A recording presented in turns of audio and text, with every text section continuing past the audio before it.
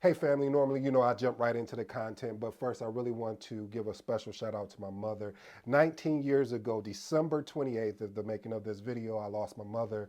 And one of the things I want to share with you, family, is the aptitude that I had to eventually develop to, meaning to continue to push forward and to continue to strive forward and really believe in myself. And a lot of times, because today's video is really about first time project managers, or I should say project managers that are really in the cusp of leading their first project and all the fears and everything. And it really equated to something to me personally of just that loss of my mother and having the ability to still get up and put one foot in front of the other. And it hasn't, even to this day, 19 years later, I still get teared up and everything of that nature because of the importance and the impact and influence she had on over my life and in my life. And so today I'm going to challenge you guys to push you guys to who are new first time project managers or basically someone that is leading their first project ever. I hope that this really resonates with you. Otherwise, you know what we're about to do. We're about to get to this content and get to work. So, are you petrified at the thought of taking the reins of your first project? Listen, listen. You're not the only one stepping onto this roller coaster of emotion. I want to make sure we dive into your common fears you're facing and how to conquer them. Conquer them. Today's episode is entitled First Time Project Manager. Watch this before leading your first project. Again, first time project manager. Watch this before leading your first project. Hey, as I shared with you at the beginning of this, I really wasn't just trying to evoke an emotional response from you. This is really honest and true. 19 years ago to this date was a very difficult date for me. And every day that I can get up and stand on the 28th of December and deliver whatever that thing is that I said I was going after, or that whatever that thing is I said I was going to accomplish, today it's it has to happen.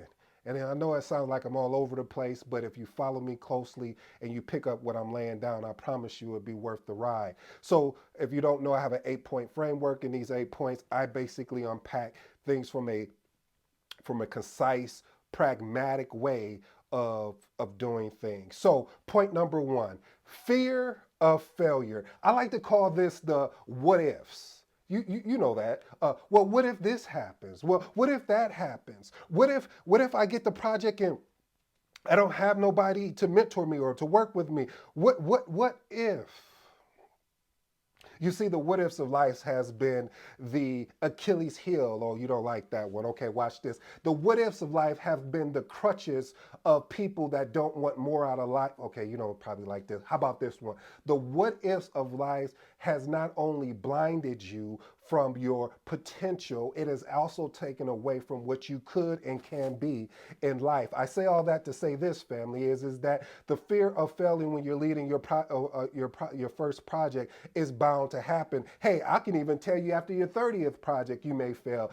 You know what? But it's the whole point of being able to embrace some of these ideologies of meticulous planning, identifying how to be able to set achievable goals.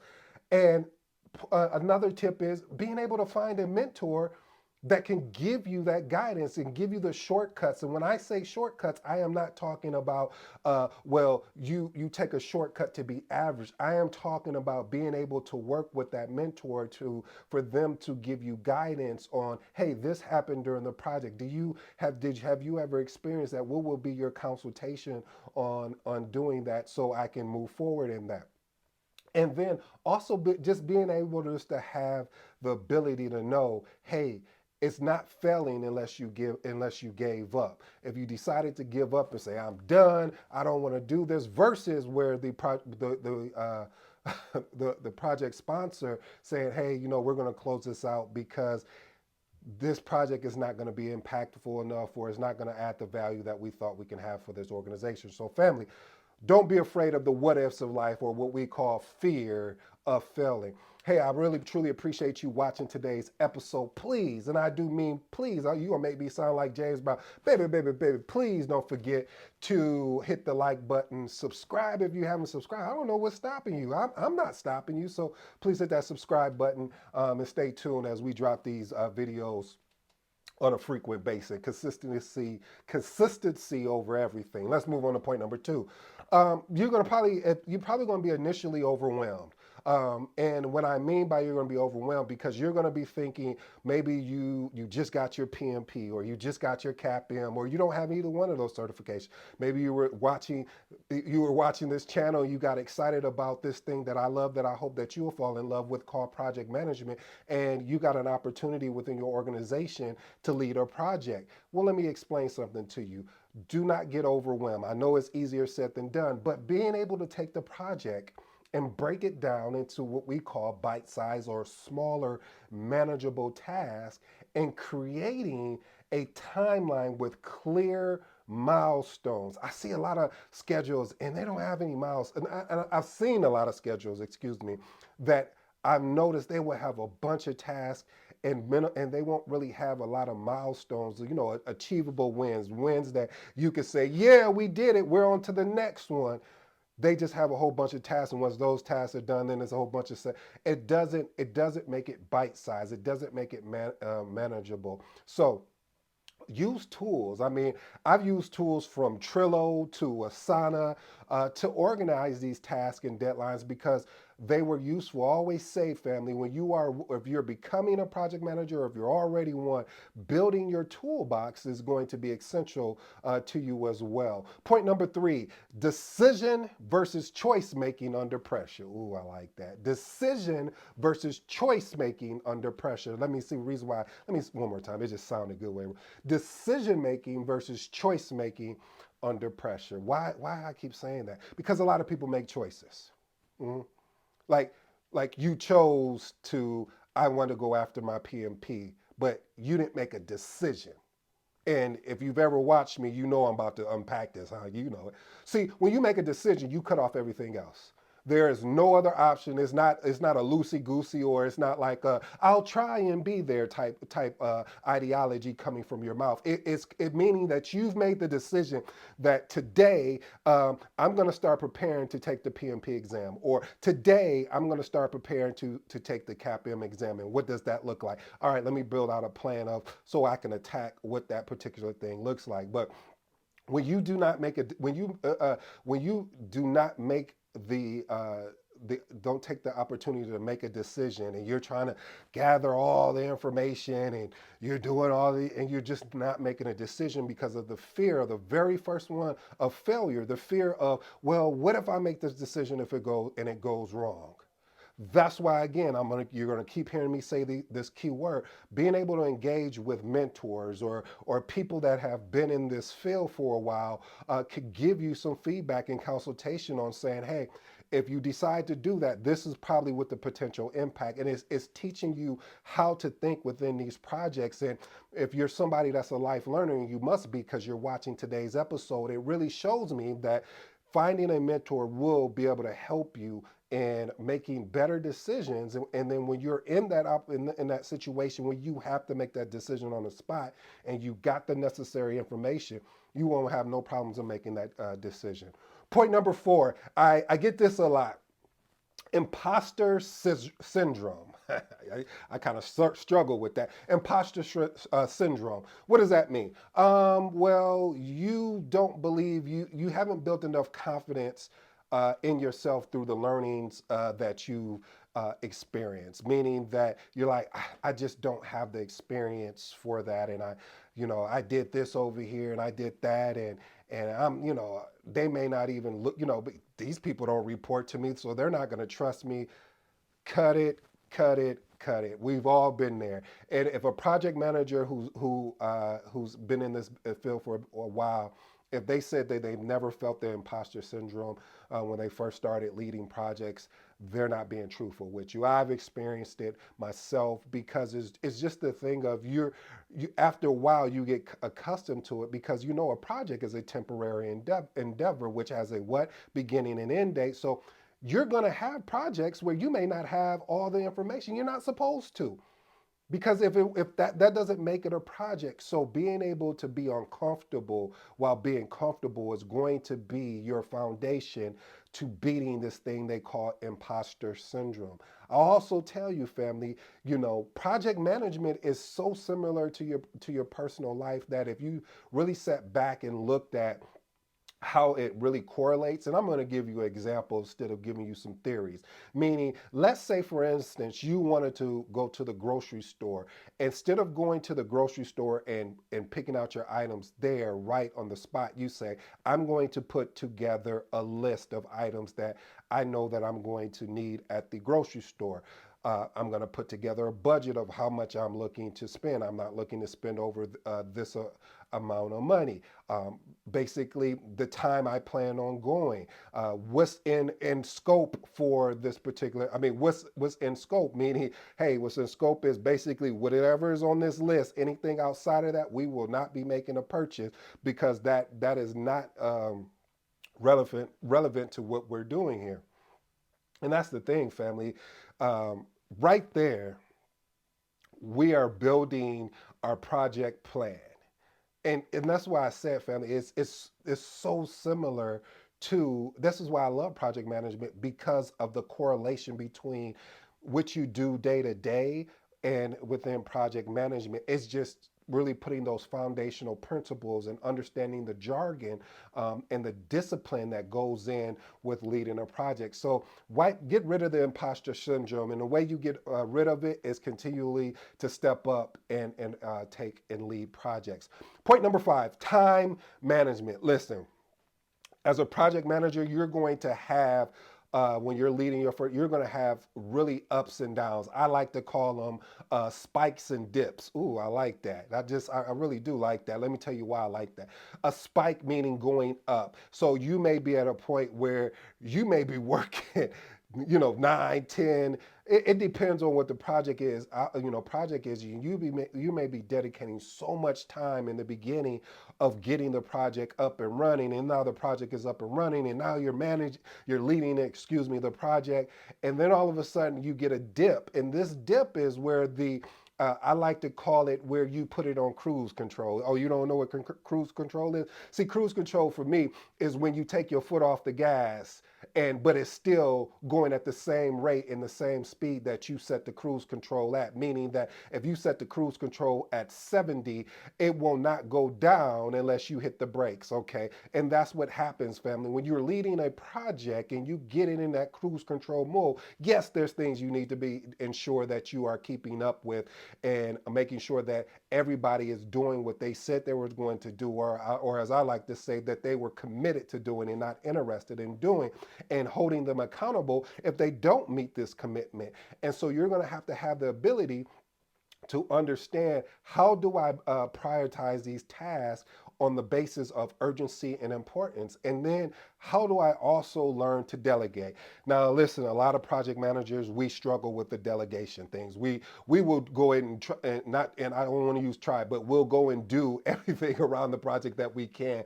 But it's really important that we do delegate, because that is a value of leadership, and you want to be able to help the next people that may be interested in project manager or interested in the project that you're doing. You have to have that ability to delegate. Point number 6: meeting expectations. Listen, I know that sounds really straightforward, but seriously, the ability again to have the ability to be able to set realistic goals and communicate them clearly, and be open to discussing project scope and the necessary adjustments. That's another thing that really frustrates me when I first started off, where there would be stakeholders on the project that would make great recommendation. At this time, I was like a project coordinator, and so I was like, man, these are some great ideas. Won't we implement? And project managers was like, no, we need to stay the course, and we need to, and this, and I'm like, yeah, he's probably not going to be here too much longer, and unfortunately, he wasn't. And it wasn't really a shot at him. It was that the way that he was coached and trained is like, we don't deviate, the gold plating, scope creep, and which again, these are true, but you have to understand when something is failing and your team is telling you, hey, if you don't turn left or if you don't turn right, you're going to run into a brick wall. And they're trying to say it politically. And then eventually they just come out and say, hey, listen, if you're not going to do what, if you're not going to take our consultation, we put together the paperwork so we can create a change management, so we can go through the change management process to update the scope, to update the time and budget. And if you don't want to do this, fine. We don't want to work with you. And I've seen that. It's just crazy too, by the way. But anyway, family, being able to discuss the project scope and just basically the triple constraints and hear what your stakeholders are saying, because remember, they're always going to be much, much closer to it than to the project than you will ever be. Point number 7. This is huge for me. I'm actually thinking of writing a book around this, which is team dynamics. Listen, as a project manager, I've heard this cliche and it's so true. Your net worth is in your network. Literally, that's probably what I should have called this, but it is so true. Your net